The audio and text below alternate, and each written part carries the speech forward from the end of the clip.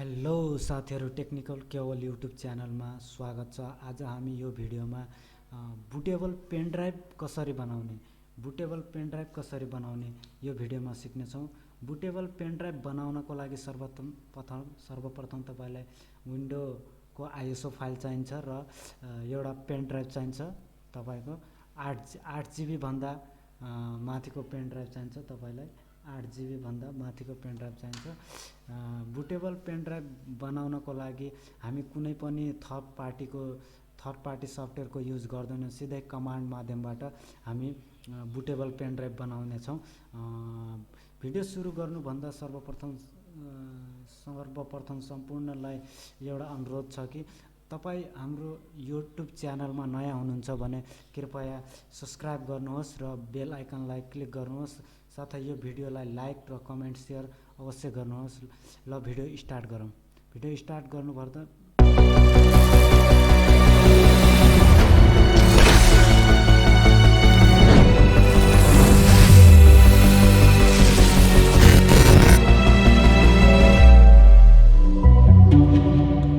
Type गर्नुहोस्।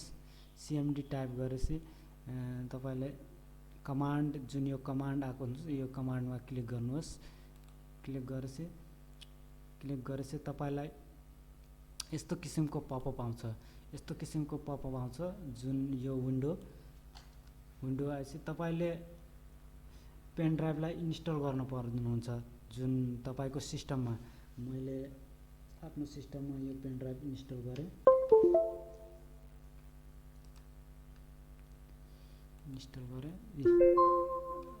सिस्टममा देखाइसकेको छ। रिमुभल डिस्क डी यो हेर्नुहोस्, यो देखाइसकेको छ।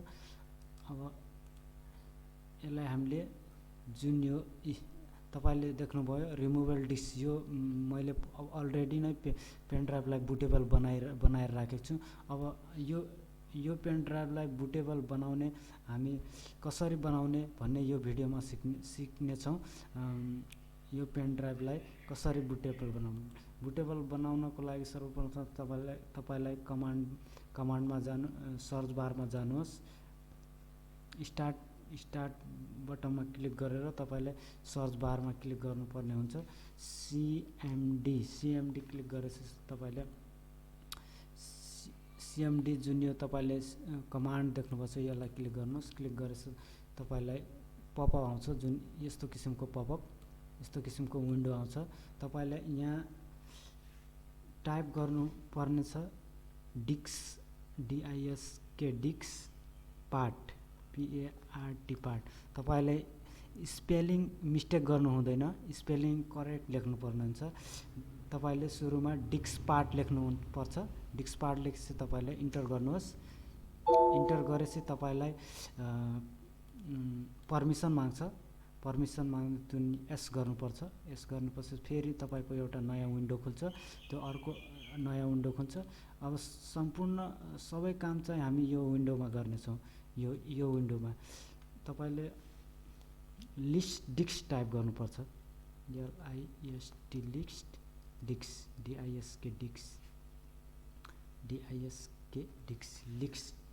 लिस्ट डिस्क टाइप गरेपछि तपाईले इन्टर गर्नुहोस्। इन्टर गरेपछि तपाईलाई डिस्क 0 एन्ड डिस्क 1 यस्तो किसिमको आउँछ। तपाईको डिस्क 1 जुन तपाईको पेन ड्राइभ चाहिँ डिस्क 1 हो। यो 7401 MB देखाइरहेछ। यो चाहिँ तपाईको पेन ड्राइभ हो। तपाईले यस्तो किसिमको आएपछि तपाईले डिस्क 1 मै काम गर्नुपर्ने हुन्छ। सिलेक्ट डिस्क 1 लेख्नुस्। अब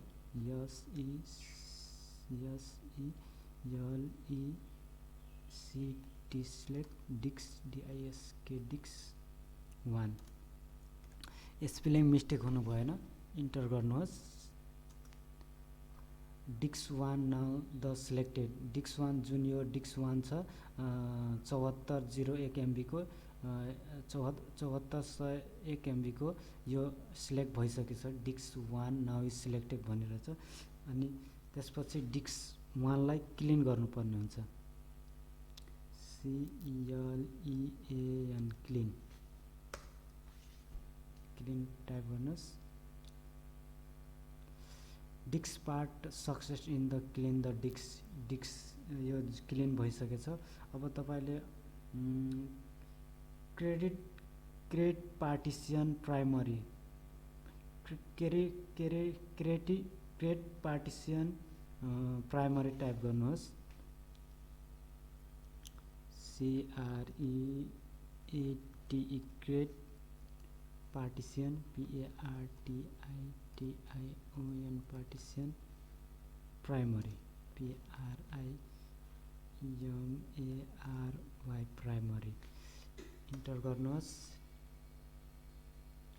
क्रिएट पार्टिसन प्राइमरी तपाईको सक्सेस भइसकेछ, success in the create in the partition भइसकेछ। अनि त्यसपछि सिलेक्ट पार्टिसन 1 गर्नुहोस्, SELEC to select partition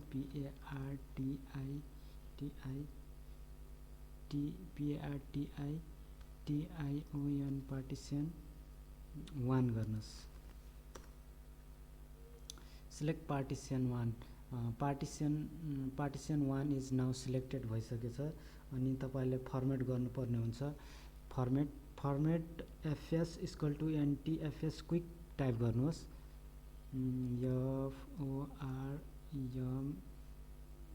FORMAT format FS sorry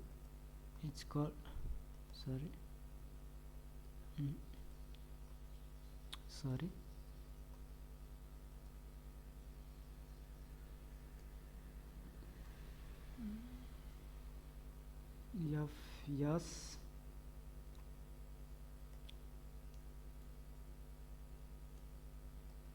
sorry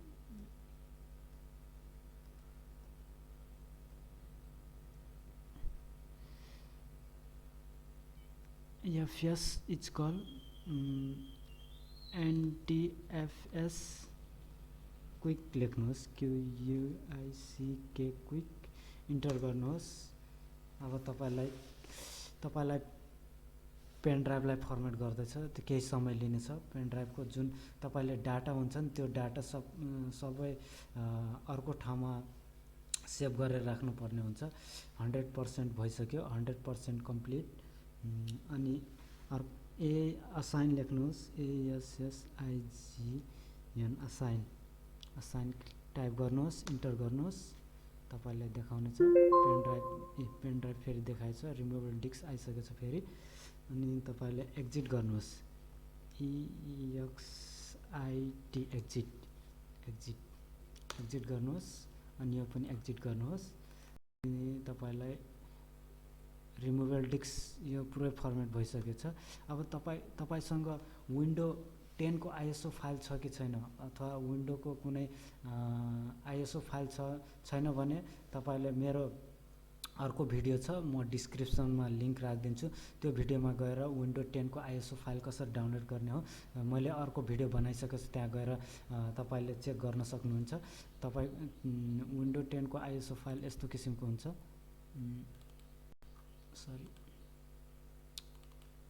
यस्तो किसिमको हुन्छ, जुन यो फाइल तपाईले एक्सट्र्याक्ट गरेर तपाईले रिमुभेबल डिस्कमा हाल्नु पर्ने हुन्छ। रिमुभेबल डिस्कमा एक्सट्र्याक्ट गर्नलाई तपाईले जेड आर्चर सफ्टवेयरलाई इन्स्टल गर्नुहोस् कम्प्युटरमा। जेड आर्चर जुन फ्री सफ्टवेयर हो, त्यसैले म डिस्क्रिप्सनमा लिंक राखिदिन्छु, जेड आर्चरको सफ्टवेयरको लिंक। त्यहाँ गएर तपाईले इन्स्टल गरेर त्यसलाई यसलाई एक्सट्र्याक्ट गर्नुहोस्। एक्सट्र्याक्ट गर्दा एक्सट्र्याक्ट फाइलमा क्लिक गर्नुहोस्, एक्सट्र्याक्ट ओपन विथ WinRR मा क्लिक गर्नुहोस्। क्लिक गरेपछि तपाईले यहाँ चाहिँ लोकेसन तपाईलाई देखाउँछ कहाँनिर एक्सट्र्याक्ट गर्नुहुनेछ। तपाईले एक्सट्र्याक्ट टु जुन यो एक्सट्र्याक्ट टु देख्नुभएको छ, यो एक्सट्र्याक्ट टुमा क्लिक गर्नुहोस्। अनि तपाईको रिमुभेबल डिस्कमा क्लिक गर्नुहोस्। रिमुभेबल डिस्कमा क्लिक गरेपछि ओके गर्नुहोस्। अनि तपाईको एक्सट्र्याक्ट हुन सुरु भइसक्छ। जुन तपाईँको यो विन्डो 10 को आइएसओ फाइल छ त्यो रिमुभेबल डिस्कमा जुन तपाईँले पेन ड्राइभलाई बुटेबल बनाउनको लागि एट्याच गर्नुभएको छ नि त्यो पेन ड्राइभमा एक्सट्र्याक्ट भइरहन्छ। यो केही समय लाग्छ, त्यसैले म भिडियोलाई केही समय लाग्छ त्यसो वेट गर्नुपर्ने हुनेछ। म भिडियोलाई पोज गर्छु। एक्सट्र्याक्ट हुन लागिसकेछ, 96% भइसकेछ, 96% भइसकेछ। यो एक्सट्र्याक्ट भइसकेपछि तपाईँको बुटेबल पेन ड्राइभ जुन बनाउन खोजेको बुटेबल पेन ड्राइभ त्यो रेडी भइसक्छ। तपाईँले एक्सट्र्याक्ट 97 अझै केही समय लाग्छ।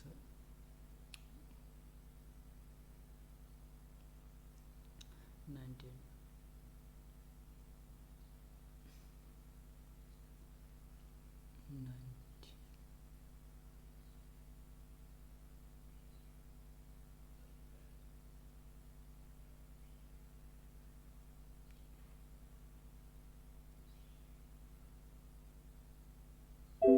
एक्सट्र्याक्ट भइसकेको छ। एक्सट्र्याक्ट भइसकेपछि तपाईँको त्यो बुटेबल पेन ड्राइभ भइसकेछ। ओपन गर्नुहोस्, माई कम्प्युटरमा जानुहोस्, ओपन गर्नुहोस्। जुन यो रिमुभेबल डिस्क छ नि तपाईँको यो बुटेबल पेन ड्राइभ भइसकेछ। हेर्नुहोस् यो फाइलहरू आइसकेको छ, बुटेबल पेन ड्राइभ भइसकेछ। तपाईँको यहाँ आइकन आउनको लागि तपाईँले कम्प्युटरलाई एकचोटि रिस्टार्ट गर्नुपर्ने हुनेछ। म कम्प्युटरलाई रिस्टार्ट गर्छु।